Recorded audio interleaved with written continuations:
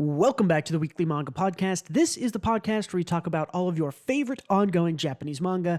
This week we'll be covering possibly the true final reveal and climax of Oshi No Ko, chapter 154, so spoilers and deep discussion ahead for that one. We're also going to be talking chapter 355 of Welcome to the Demon School Iruma-Kun, and we're going to lighten up with Get Away Matsumoto 100 Days Escape, another new series in Jump Plus about a runaway racing bicyclist. All that, lots and lots of anime and manga news from Anime Expo, and even more coming right up.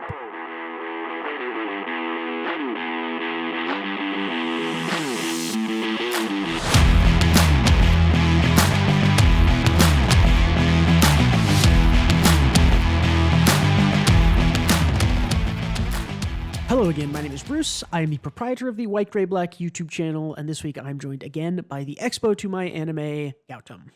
Hello. All right, let's get right in with Oshi No Ko, chapter 154, by Akasaka, art by Mengo Yokoyari. This chapter is, I would say this is the climax of the series that we are reading right here. I think this chapter is legitimately the pinnacle. This is the reveal of everything. If you are not caught up on Oshi No Ko, please go do that before listening to this series. I do not want to spoil this for you.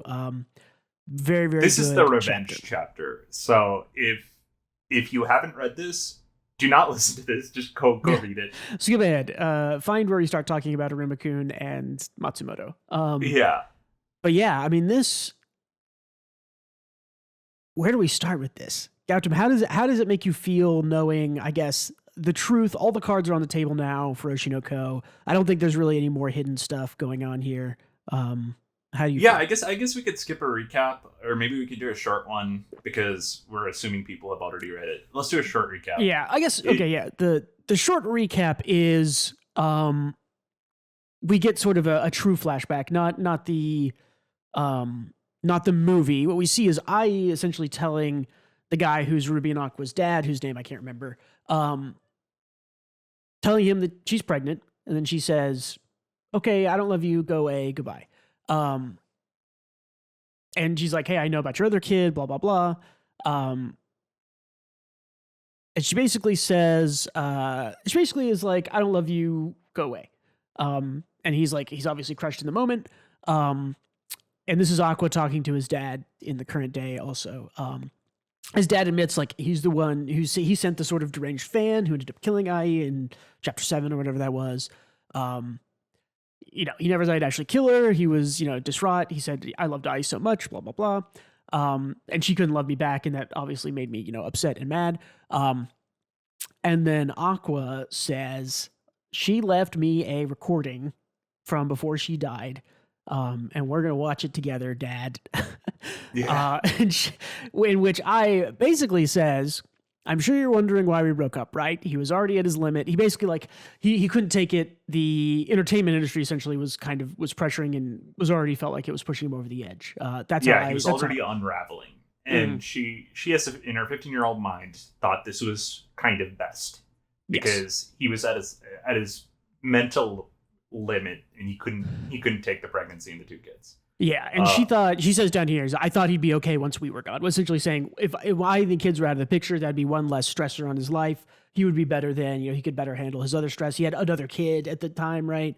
And all this stuff. And I, just reading off the pages, like, I don't really understand what it means to love someone. And if you ask me, this is love, I don't think it is either. So I get really anxious. I think she's lying again here a little bit. And then, yeah, again, we get a lot of this thematic stuff about loving is telling lies, etc. So I decided to believe that lies are love. And then at the bottom here, she starts going into the truth is, she says, "Okay, from here on, I'm telling the truth. I really wanted to be with him forever." I talking about their dad. "I wanted to carry the burden he carried and raise our children together. I wanted to live my future with him. After all, he's the first person I've ever wanted to love." Whether she loved him or not, I think it's sort of a yes, she did, but she's lying to herself thing. But she wanted to love him, and so she, told those lies.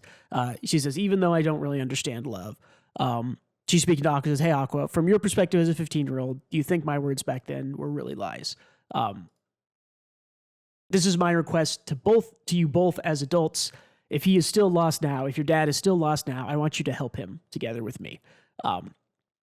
And then Aqua tells his dad is like, this movie is a timeless love letter from I to you, whom she pushed away back then. And this is like, and I think they go on maybe to say it on the next one. Maybe I didn't grab that page, but they essentially go on to say that like, we weren't sure, like we're going to put this at the very end of the movie. We haven't shown anybody that cut.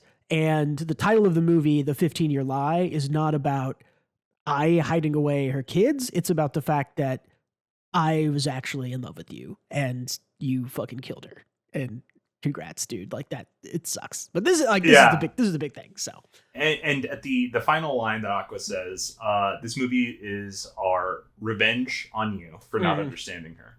Yeah. And it's just a very good chapter. Just a very good chapter. I mean, just awesome. I think this thematically fits perfectly.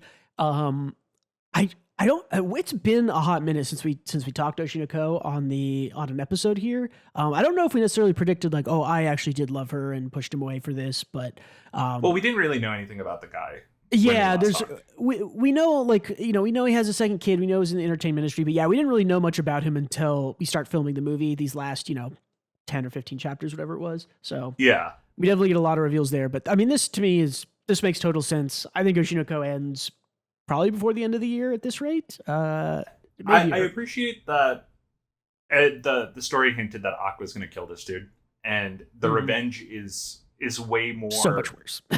Yeah, emotionally worse.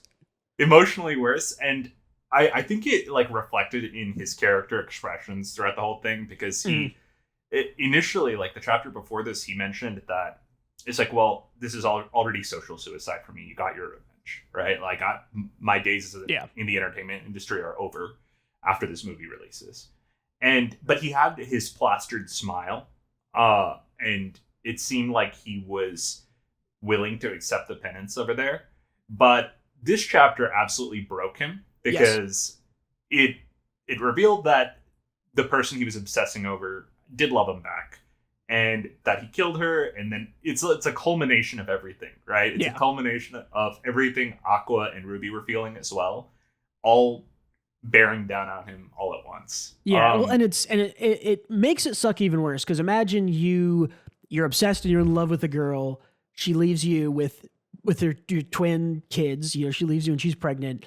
You're mad. You send a guy to scare her, and you essentially are responsible for killing her. That sucks. You killed the girl that you are in love with, thinking that she didn't like you anymore. And now you find out that not only did you kill the girl that you were in love with, you killed a girl who was also in love with you, eliminating, any chance for redemption or anything. And it seems kind of like, that's just like, that is true revenge, because that is so much worse. It's so much worse knowing that not only did you kill someone that you were in love with, you killed someone who also was in love with you. Essentially, it's like, that's. And you know what? It's like, I think Oshi No Ko writes this really well in a way where they made the appeal that he is a damaged, broken person because of the entertainment industry. Yeah, it's like, I as a human being don't even hate this guy, like, no, it's not like, it sucks. He was like groomed as like a 13-year-old kid or whatever we saw like, a couple chapters back, and all this stuff. So yeah, I mean, it's like, and the whole series has been, not setting up or foreshadowing necessarily, but showing us how the entertainment industry really fucks people up, right? Makes people kill themselves and be recluses and all this stuff. So yeah, the evils of the entertainment industry are very much the setting of the series, and their dad being sort of a byproduct. Yeah, exactly. Yeah, and I love that, because this started as this weird amalgamation of this like time travel isekai type thing where they got reincarnated as babies, and it turned into this critique of the entertainment industry. And at the time, it felt like Akka was just writing this to be a critique on the entertainment industry, which I was here for. But they kind of tied both aspects of it together really well, where the villain is the villain because of the villain is the entertainment industry in this series. Yeah, the real villain is the entertainment industry. Yeah, it sort of creates people and workers to do its bidding, intentionally or unintentionally. But the villain of Oshi No Ko is the entertainment industry, and like that's essentially, I think, what the series is saying. But yeah, I mean, this makes total sense to me. This is excellent.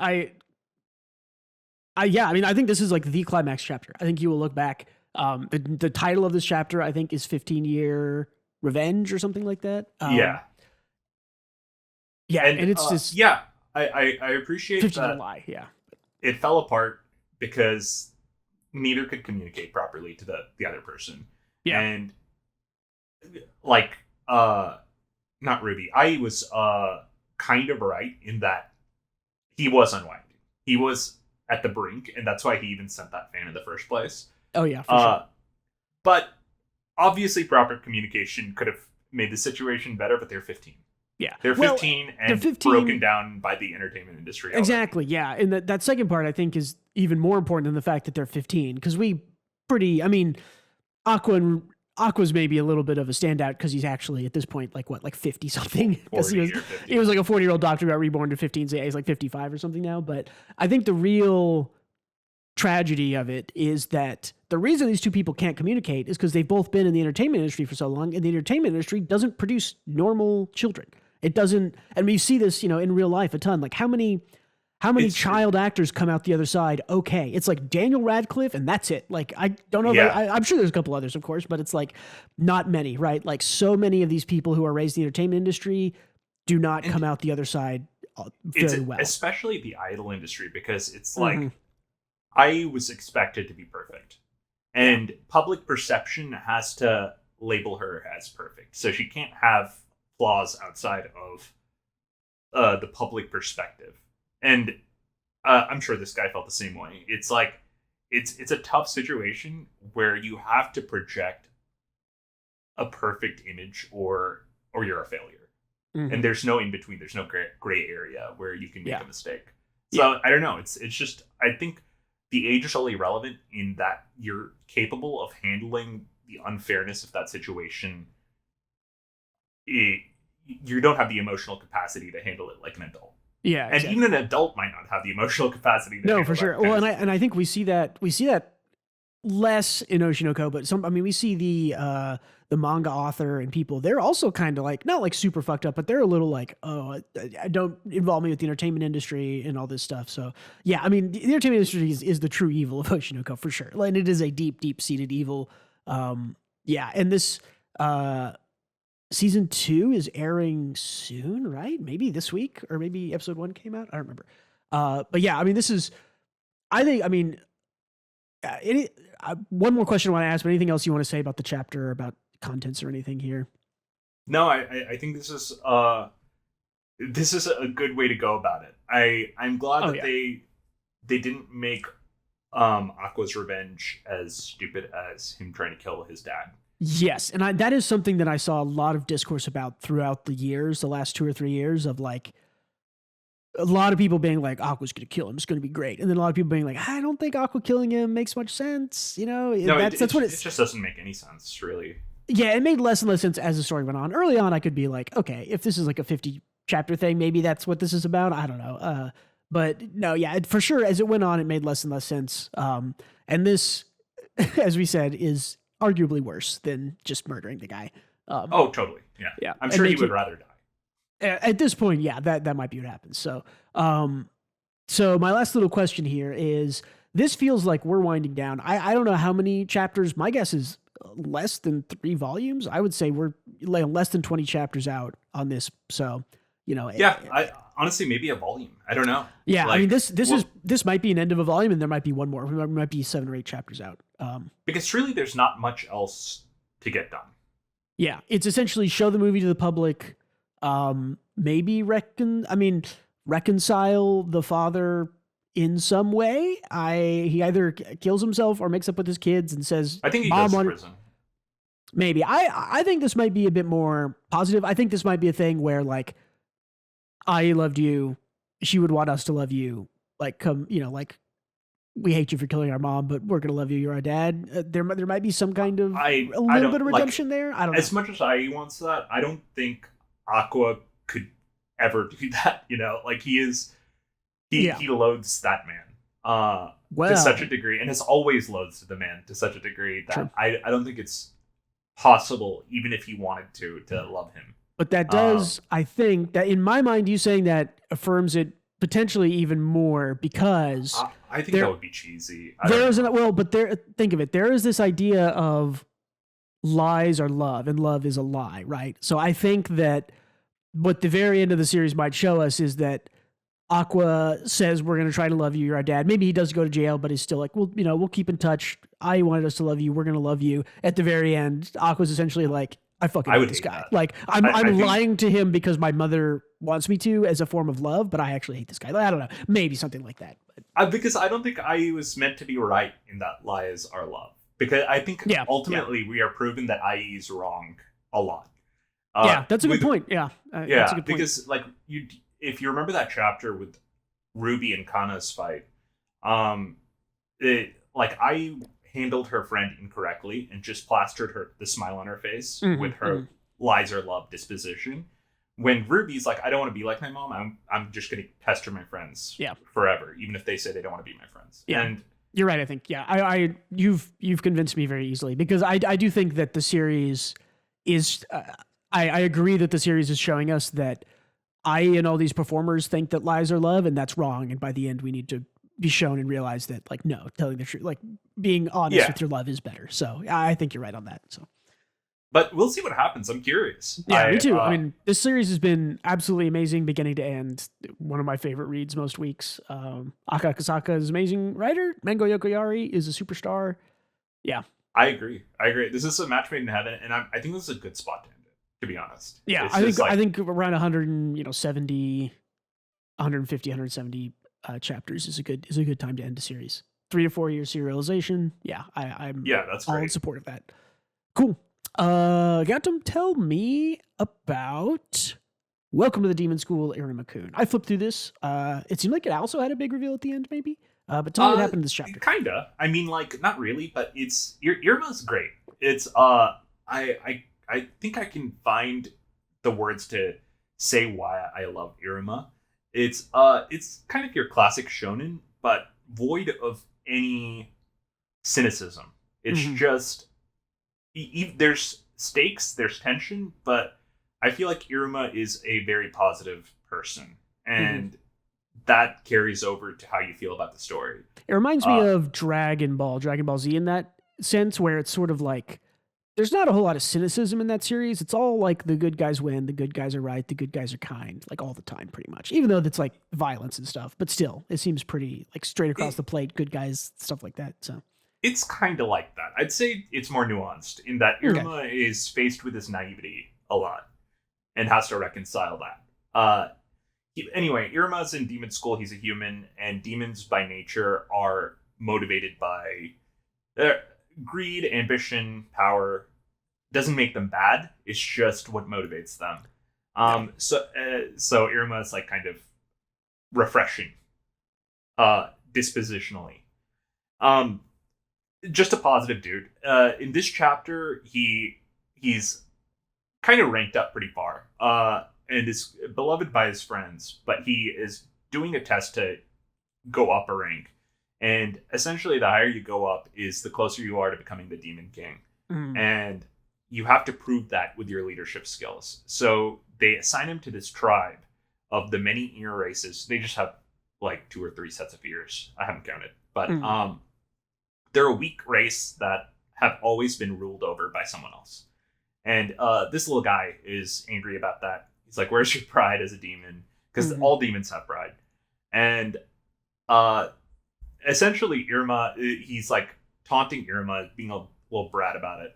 And Iruma is like completely has his ego checked. Ego's not even like a problem for Iruma because he's just like a cool guy. So like his tauntings and his like little jabs absolutely don't faze him whatsoever. In fact, he's like smiling about it because the little demon just reminds him of someone he likes. But the reason for this test is just to show, like, can you become a king and rule over these other demons and do it well? Gotcha. That's like a test of leadership type thing in the school. A test of leadership. I assume he's had like combat tests and other stuff I've seen in the past, right? Yeah, exactly. He has. And this is a test of leadership. And he effectively says, hey, let me get to know you, which is already a little unprecedented. because Mhm. it should usually be a strong rule over the weak, no questions asked. Yeah, like I don't In the need to know demon you. world. Here are the Yeah. taxes and laws. I'm a demon king. Rawr. Yeah, exactly. And essentially, the proctor of this test says, well, the real goal of this test is that you should not become king. Well, he doesn't say it to Iruma, but he says it to himself, that he can't become king. He'll fail the test if he does. The real goal is to establish a king among their own race and rule that way, because you can't become, like, you can't go to places and just become the king and rule over them. Yeah. You ultimately, a king of kings, if you will, Yes. Um, As America will attest to, going in and trying to rule, or as America learned from Britain, I guess I would say, going in and Right. becoming the king or queen of a place makes them hate you a lot. But if you fund their coups behind and let them install their own leaders, that is much better. So, and I think that's what Iruma was trying to lead a coup. No, essentially the goal is that the secret win condition is that Iruma needs to instill a king from their own people. Likely going to be this kid. yeah. But I can't wait to see how it plays out. It's That seems really interesting. I'm really curious. I need to read this, but man, it's getting up there in chapters. It's like 355. It's been going for, what is that, 8 years now almost? It's an easy read. Yeah. I will say, even though it's long, it is an easy read. Just because I think it is, like I said, no cynicism. I feel like the chapters go by real fast. It would be like reading One Piece for me, where it was very much like, I'm into it. It's super easy to read, like 50 chapters a day. So. Yeah. I'd say so. And like, I like that. I think almost none of the problems are solved by having a bigger power level. That's good. Yeah. Yeah. I like that. Yeah, this seems really solid. I mean, lots of people like it. It's pretty successful. The anime I know, I think, was pretty well received. So. Yeah, it's not really your classic shonen in that they fight all the time. I actually I can't tell you a single battle where Iruma versus the villain happened and concluded it. Like it's just not that kind of series.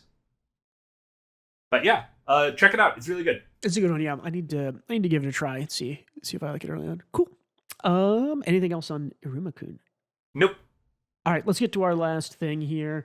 Another brand new series. I think almost every week, except for maybe one of the past like 3 months, we have brought you a new series every episode. So this is the new series for this one. Shueisha and Jump Plus just keep pumping out new stuff, and it's all pretty good. This one I liked. This is called Get Away Matsumoto 100 Days Escape.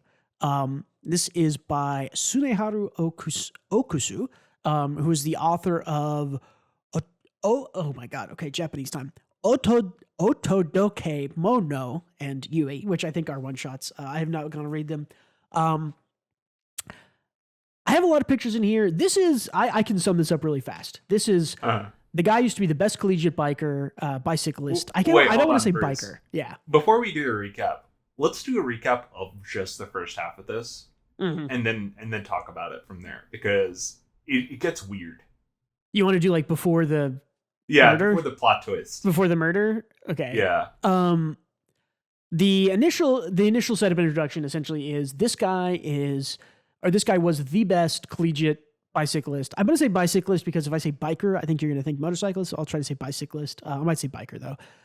The best collegiate bicyclist at the time. We see him kind of at the very start winning a race. His name is Matsumoto.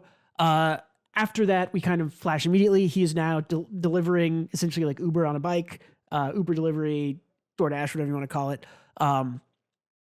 And he's like blowing past cars going 40 miles an hour, like jumping off of overpasses for shortcuts. The people who delivered are like, wow, he must be on a motorcycle. He's going so fast. It's like, nope, he's on a bicycle. Yoshinobu Matsumoto, 26. So he's been 5 years, I think, is the time skip we get. He goes through all of that. We sort of meet through television screens and other things in the series. This Road 13, which is kind of like almost like an idol group of competitive bicyclists run by this kind of shady guy.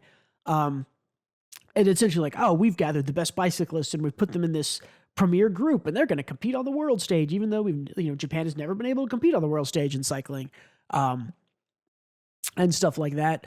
Matsumoto meets with his kind of his best friend, who is a detective, I think, in the police force. And they kind of go over the past, what happens. He got accused of doping, which was not true, assumedly by the same guy who is running. This guy on the right over here. Yeah. It's this guy who is running this Road 13 group is the same guy who basically kicked him out of being a cyclist in college.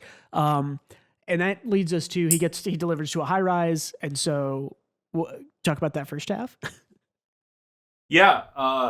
And basically he goes home to his partner. Sister, I think.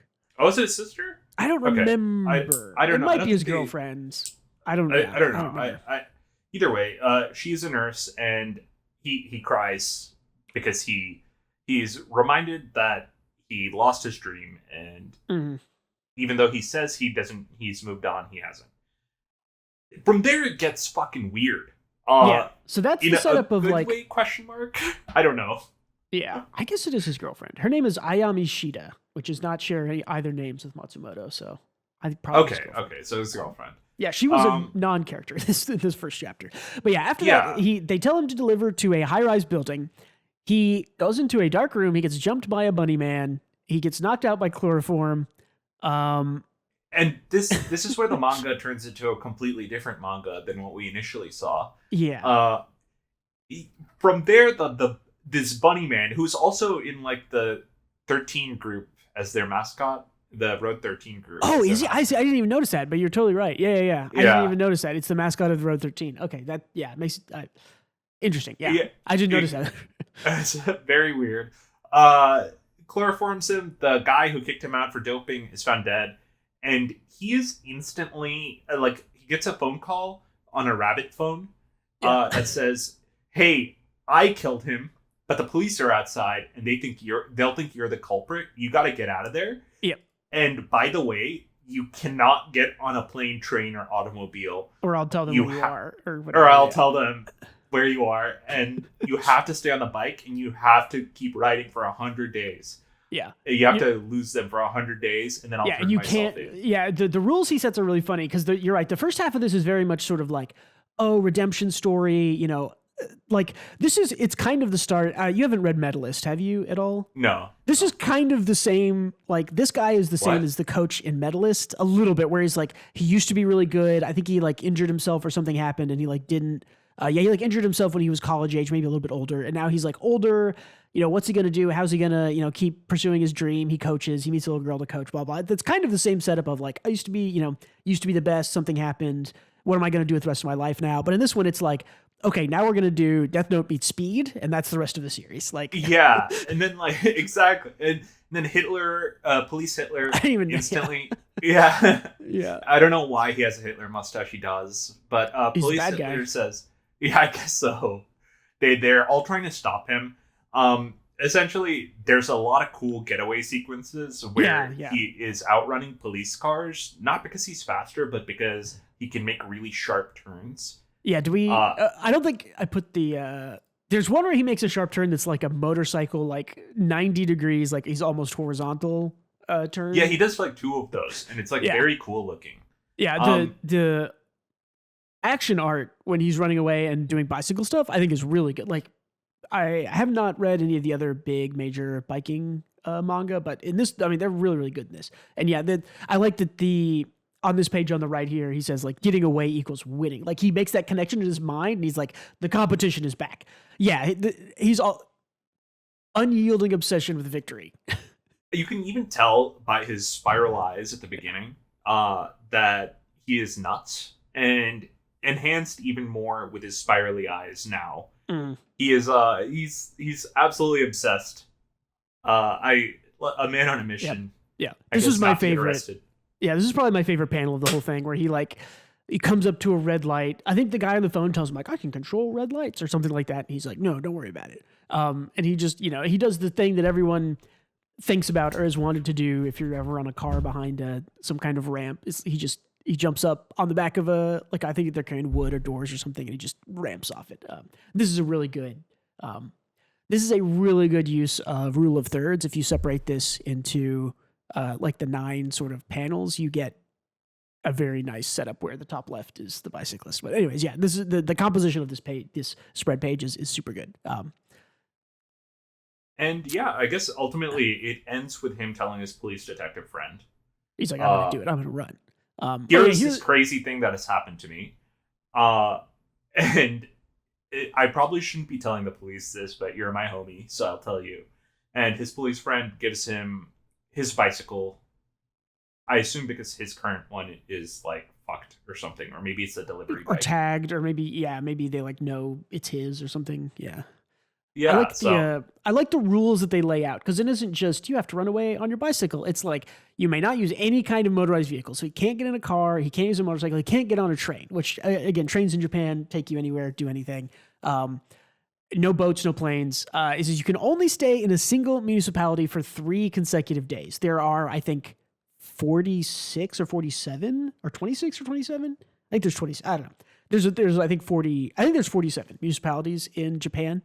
For 3 consecutive days. So essentially he's basically like, you have to use the entirety of Japan to run away. And you can't stay in the same city for over 3 days. Repeatedly crossing the border of 2 cities, reset the timer. That's against the rules too.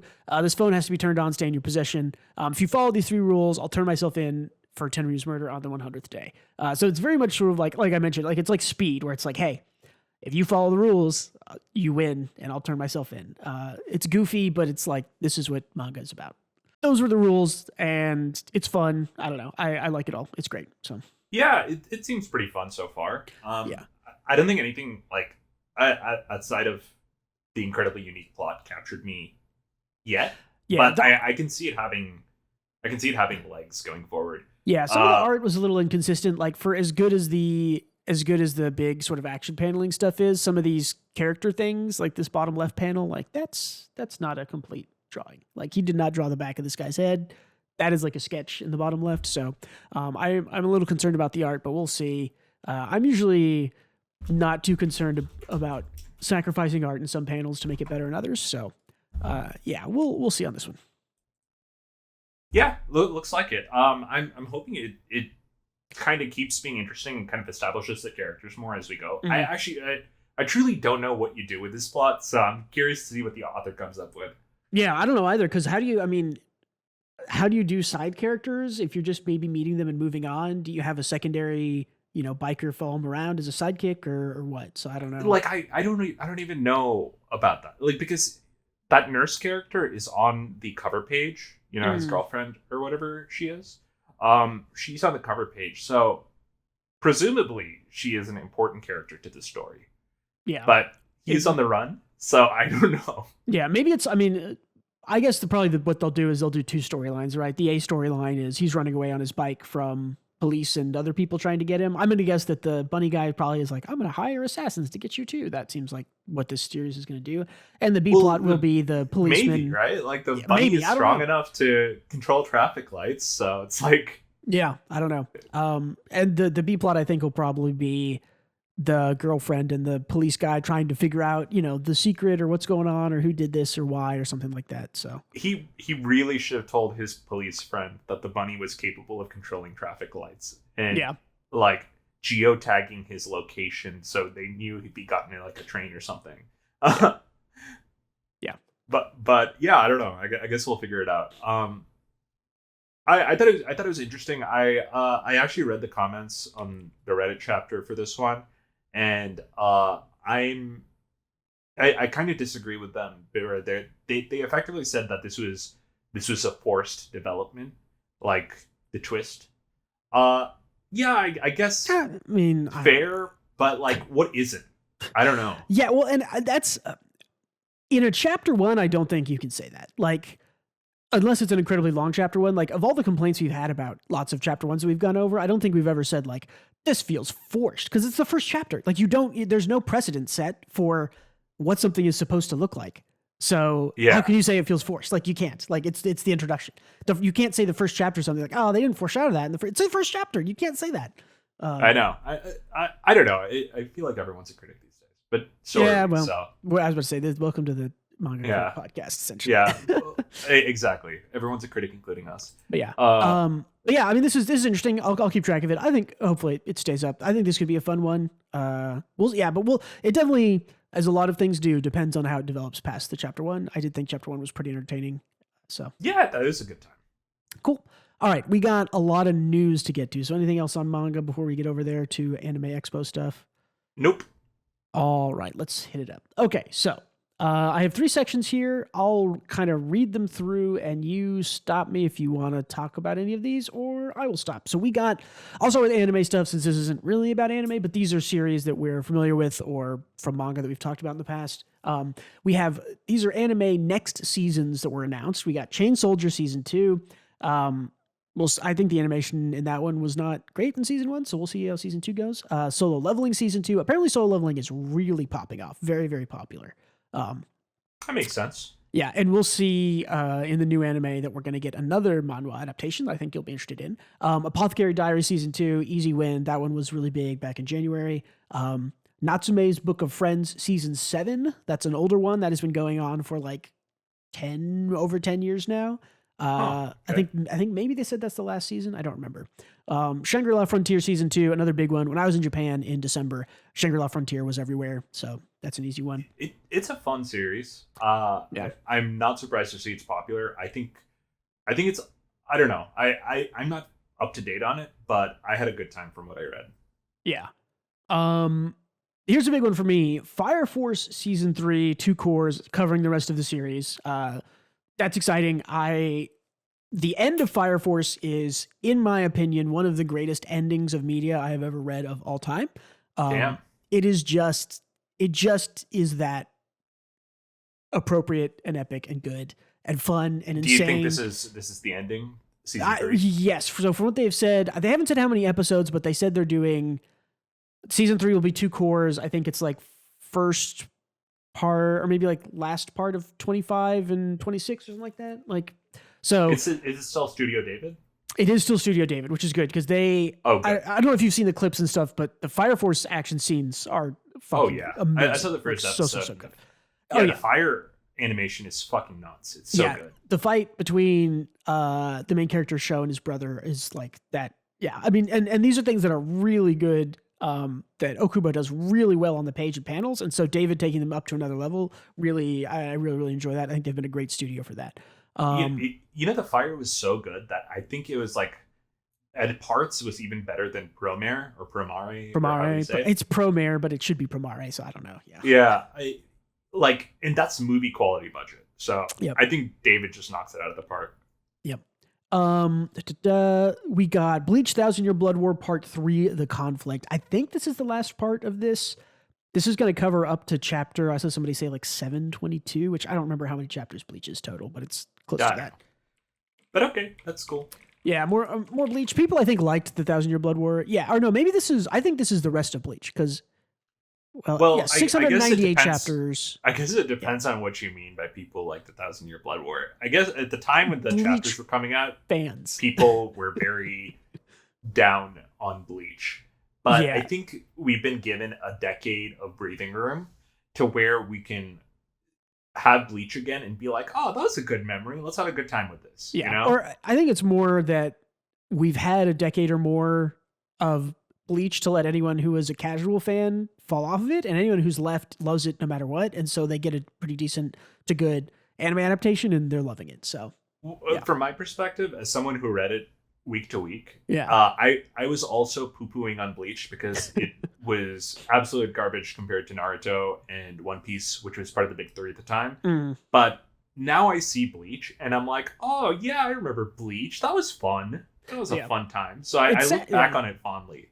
It's sad because and I heard that we might get more maybe before the end of this year or soon, but what's the Dragon Witch thing that Kubo did? What was it called?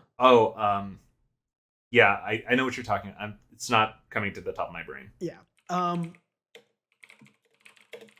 looking Hunt the Witch. Burn the Witch. Burn the Witch. Yeah. Burn the Witch, I really liked. I really liked the one shot, and I really liked the 7 or 8 chapters that came out. It was pretty good, yeah. I thought it was excellent. Like, so that's the kind of thing that if I read that and it was like, hey, this has 700 chapters, I'd be like, fuck yeah, I'm in. Let's go. Let's read them all. Like way better than the start of Bleach, which I read, 20 chapters of and wasn't super invested in. So I really hope that he does more of that, just in contained, like a volume every 2 years or something like that. I think that'd be a cool thing for him to do. But yeah, more Bleach. We got Beastars is getting a final season again from Studio Orange. Studio Orange announced 2 things. This is good. People like the Beastars anime. I think it's a good series. Beastars is solid. Yep. And then again from Studio Orange, we get the final part of their Trigun, following up from Trigun Stampede. The sequel to that is called Trigun Stargazer, which they said will be the final part of their sort of adaptation / remake retelling of Trigun. So I need to go watch. Same here. I need to go watch it because the clips I've seen of it, and Studio Orange keeps getting better and better. Like they're like quickly approaching like Fortiche, the studio did Arcane. Like they're quickly approaching that like quality level of their 3D animation. And because that's like all they do. And even the stuff in the Rock Girls thing, I thought was like, oh, this is a 3D anime that I can actually watch. I think Beastars made them better. The stuff I've seen of Trigun Stampede looks awesome. So they're doing more Beastars, more Trigun. Yeah, they're definitely top of the biz in 3D for sure. So, but speaking of like, this is relevant for good 3D animation. We'll talk about this a little earlier on. Is Witch Hat Atelier. The trailer for that was also announced, which is fucking hype. Me and Bruce both love. Yeah, I mean, let's get to new anime because that's in here. We got a trailer for Blue Box, which looks really good. I think people, to me, the trailer for Blue Box made me think like, oh, like we haven't really had like a straight up shonen romance for everyone to be like, oh yeah, this is the shonen romance of the decade, like Toradora was, or maybe even something like Clannad. Oh, that's kind of, I guess, a shonen. I don't think it's technically classified as shonen, but yeah, there hasn't been just like a straight up romance. Oh, maybe the cosplay one. That's like the cosplay one is like a little bit more horny, so maybe that's not shonen either. I guess it isn't. Yeah, I guess it isn't. I think that's in a more adult magazine. But yeah, the feeling I got from seeing the trailer for Blue Box is I was like, oh yeah, this is and Blue Box is like so cute and so safe, but also really good. It has a sports element to it that, you can attract of like, oh yeah, I really like the sports part, and I'm not about the romance, I'm about the sports part. But yeah, I think is going to hit with just about everybody. It shouldn't take them too long for the main couple to actually get together. I would say that's like a season 2 thing, probably, maybe not season 1. But yeah, I mean, I really like Blue Box. I read it every week. I think it's really great. So the trailer for this makes me excited for more people to see it. Yeah, and more interestingly to me, personally, is Omniscient Reader Viewpoint. Yeah, this is the manhwa I mentioned that they're getting anime for this. It seems to have an anime adaptation coming out. It's probably my favorite manhwa. I need to read this. You keep talking about it's your favorite manhwa, and I need to. Now it has an anime, so I'll have to get into it and talk about it. So yeah, it's very good. It's kind of funny. I think the manhwa probably has like a decade or more left of content, according to LN readers. So maybe we'll never see this anime end. Who knows? Maybe I'll die. Yeah, but if it's it'll big, still be running. It's one of those infinite money generator things. So yeah. And then the last one on here of new anime that we want to talk about, of course, is the Witch Hat Atelier. We got a trailer for that.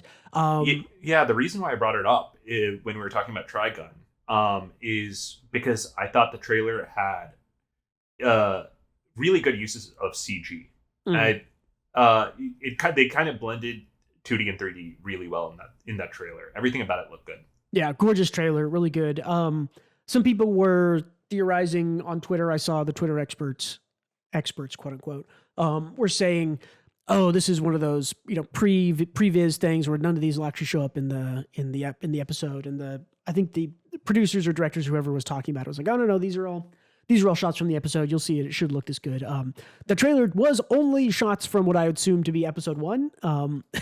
There's a really pretty scene where the main guy, whose name I'm forgetting now, picks up Coco and takes her off with his flying shoes. And you're like, oh, that's so pretty. And it's like, all I could think of was like that meme of like those who don't know and like those who know. And it's like the more serious thing. Cause yeah. If you have not read Witch Hat, that very first part, when he flies Coco away from her house is not a happy scene. So I'll just say that.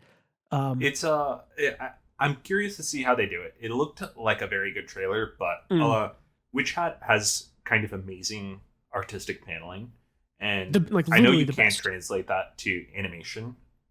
So I wonder what kind of unique artistic spin they'll have on it. Yeah, that's my thing too, is that this kind of has to be the kind of adaptation like Monogatari series is, where you can't just make it a really well drawn anime. Like, because the manga is so special with the way it does. I mean, the magic is produced by drawing art, right? Like, that is the like power system, if you want to say that, of Witch Hat. And so if you can't, like, just drawing good pictures isn't enough for me. There really has to be something else going on to help emulate the sort of like scene transition, the paneling stuff that that the author does. And so what I'm looking for when I see this, when it comes out, is it well animated? Yes, but also, are they somehow capturing the magic of like the scene transitions and framing of the screen in different ways, like transitioning, using interesting sort of visual, wipes and stuff like that. That's kind of what I'm more looking for. Is like, does it have that style and that interesting sort of visual makeup in it, or just it's really well animated? Because I think if it's just really well animated, people are not gonna be impressed with it. So. Well, I think people will still be impressed. It's just, yeah, I think so. It's still a good story. We will be harder critics on it because we we liked this part about the manga. Yeah, I mean, it's easily like if you had asked me what's the best paneled comic of all time, it's Witch Hat. Like, nothing else comes close to how good it is. Like, it's just amazing, some of the shit that she does in here. It's like fucking crazy how good it is. It's a huge part of the appeal. Yeah, for me too, especially. Like, the story's good for sure. There's lots of nuance, lots of good stuff. I think Coco and all the girls are great characters. All the character stuff is good. I mean, this is a very, very, very good manga. The part that really makes it SS plus is like the paneling and stuff like that. So, which is not something you can translate into an anime. So, so for new manga, we got some English publications and some other stuff like that. We are getting a complete English box set of Delicious in Dungeon. I think that's 14 volumes. That'll be, $300 or whatever. But it has its own little thing. I thought that was pretty cool. We also have an anime coming for this. We're also getting an English version of a series called Ubil Blot, which I heard a little bit about. Yeah, I read like 10 chapters of this, and like back in the day. And I didn't like it. It was too edgy. But I was going to say, it looks very edgy, and it's from 2009, which is like near peak edgelord being popular type things. So, like, Elfen Lied, someone else will have to let us know if it's actually good or not. I just didn't give it a fair shake because it seemed too edgy for me. Yeah, I think that it probably just is too edgy, but we'll see. Kodansha announced some of their licenses. The big ones I think that we have talked about or will pay attention to. They're licensing Dead Rock in English, which we talked about from Mashima, and they are doing Tower Dungeon early next year, which I think is great. I will absolutely go and buy Volume 1 of Tower Dungeon. We talked about that a couple weeks ago. That Tower Dungeon's still rocking. Tower Dungeon should be in conversations with stuff like Delicious in Dungeon and Witch Hat, in my opinion, and Frieren. I think Tower Dungeon is the fourth pillar. It needs more time for me to say that, I think. I think so, but I think that in the area of, this is not an isekai, it's fantasy, and it has its own sort of unique high fantasy angle. Tower Dungeon for me is sort of the fourth like pillar of those. I'm sure it's not for me yet. It is a strong start though, so I think I can see that. Once we get more, I don't know, character establishment and plot reveals, I could definitely see it being up there. I think I guess it is growing into the fourth one for me. Agreed. So, and the last little bit of manga news here, we got in Jump Plus. We are going to get the serialization of the first non-Japanese duo to be serialized in Jump Plus. Raphael Jockey and Machine Gamu, the artist. They are doing a series called No Name, No/Name. I assume that's just pronounced No Name. And those guys, neither of them. I think Raphael I actually didn't even look up their nationalities. I probably should have. But yeah, so that is a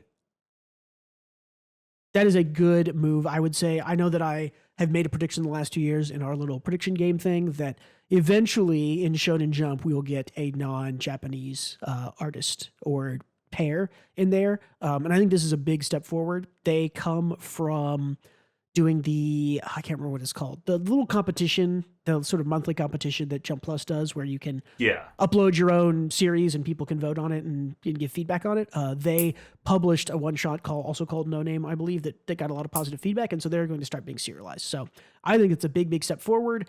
I think we're still probably a couple years out from the first Western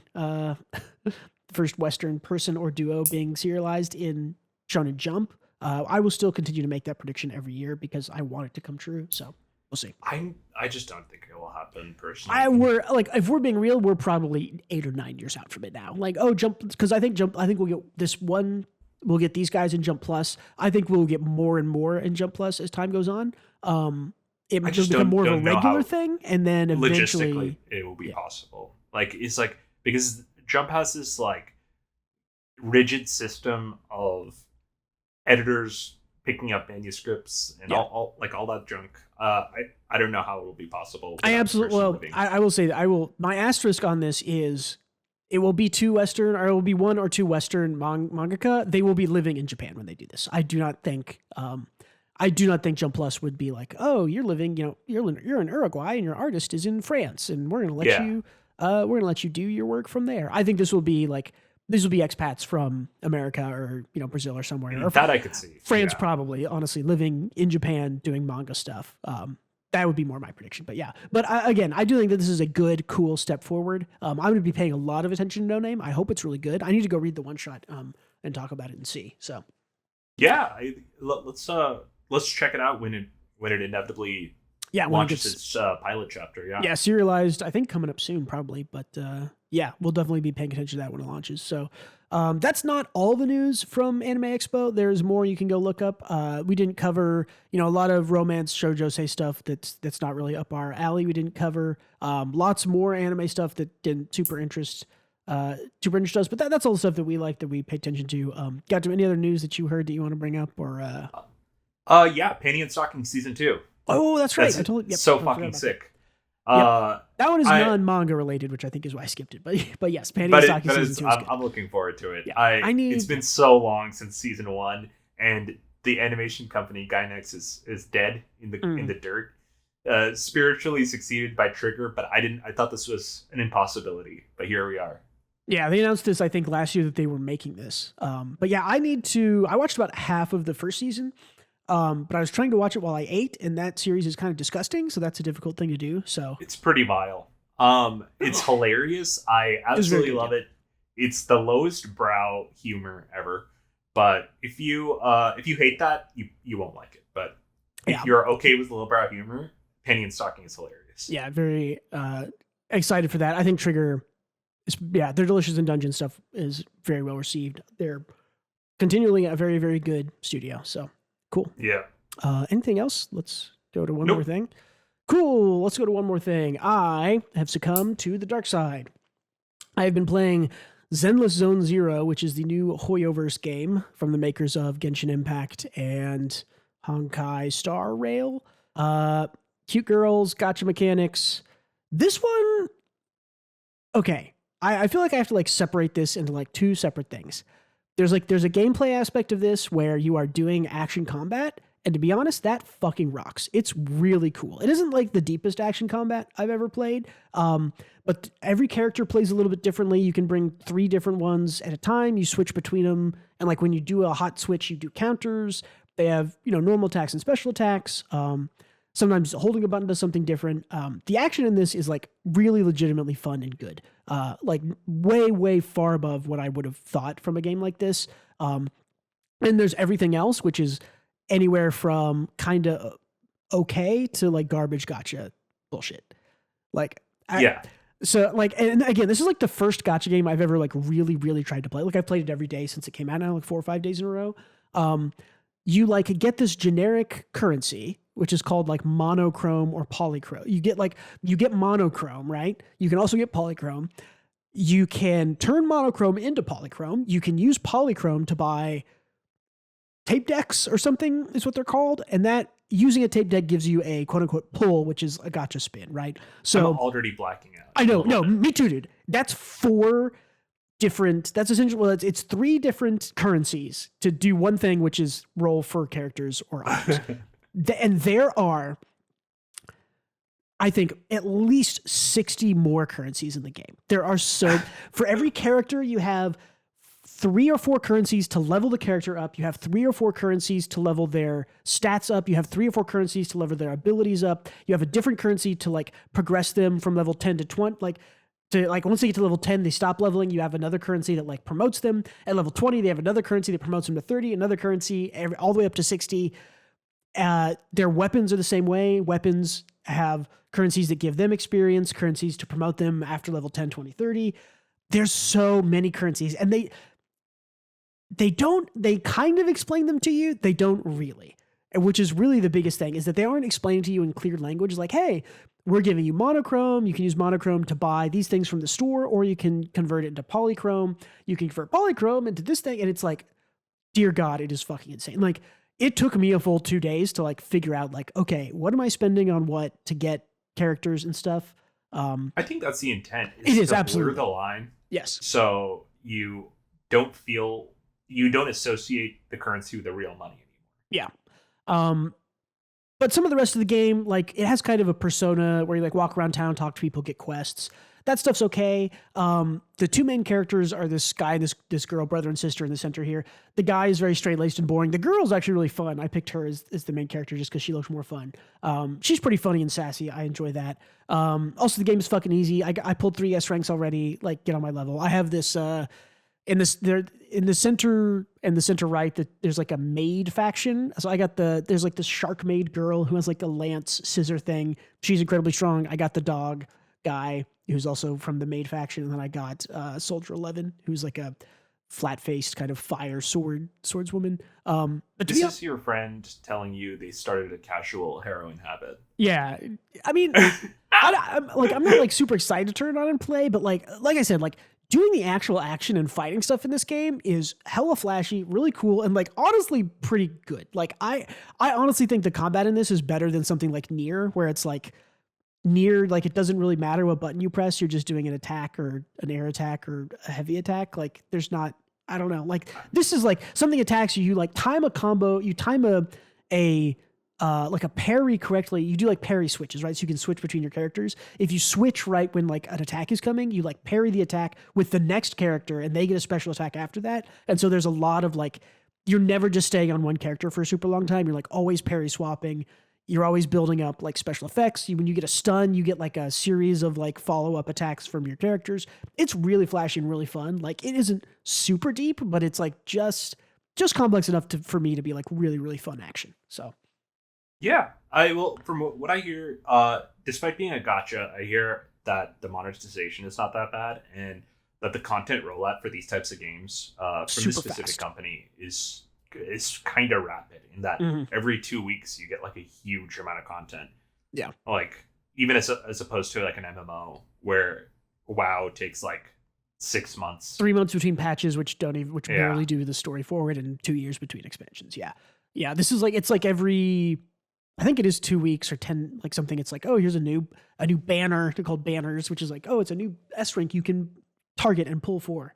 But yeah, I mean, it's fun. The story is okay, not as bad as I thought it was going to be honest. Like, some parts of it are good, some parts of it are bad. The storytelling isn't great. I think the characters are all really fun. Like, you meet in the bottom left, you meet the robot guy with the gun is called Billy Kid. He's really fun, and that's the girl with the pink hair and the big boobs. I don't remember her name, but she's also fun. There's like all the different factions kind of have their own chapter in it. So like, character stuff's fun. It's good. It's honestly like, I was waiting to get in and be like, oh my God, like the story's garbage. The characters are so annoying, but it's like, no, the story and the characters are kind of interesting, good. Like, the gacha stuff is gacha stuff. So yeah, I mean, I don't know. I'm impressed because my expectations for this were very low. And I was interested because I thought the action looked really cool, and it turns out that it is. So yeah, I don't think this is something I'm going to sink a whole lot of money or time into, but I'm enjoying it for now. So cool. And you tell me what you've been up to. I've been watching The Boys season 4. It has been pretty bad so far. Really? I've heard that from some people. So I wonder how has it been bad? it's like kind of impossible not to get into political discourse when talking about The Boys. Yeah. It is a very left-leaning show, and I am a huge lefty. I'm a liberal as Yeah, well. same. But the everything is political discourse, and there's no natural dialogue anymore. It's always making a statement to the audience, but using two characters speaking between each other to make that statement.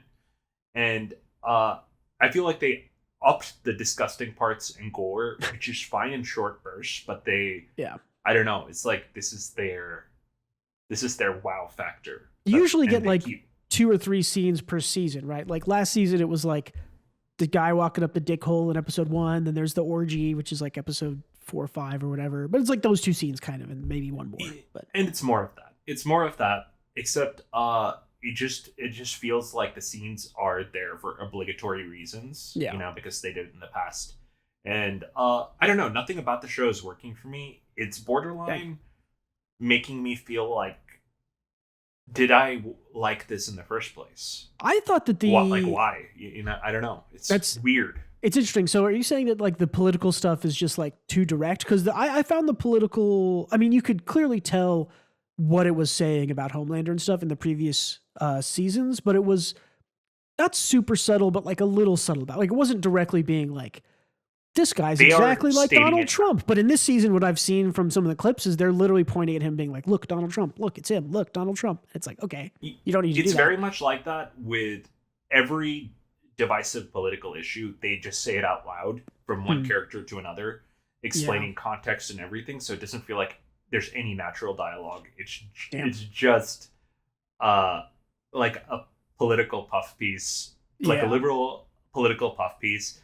And it's like, I'm watching this show already. You don't need to like say that to me. Like that's kind of I like, listen, I'm with you already. You're just making your show really bad now. It's like they're like saying I don't know.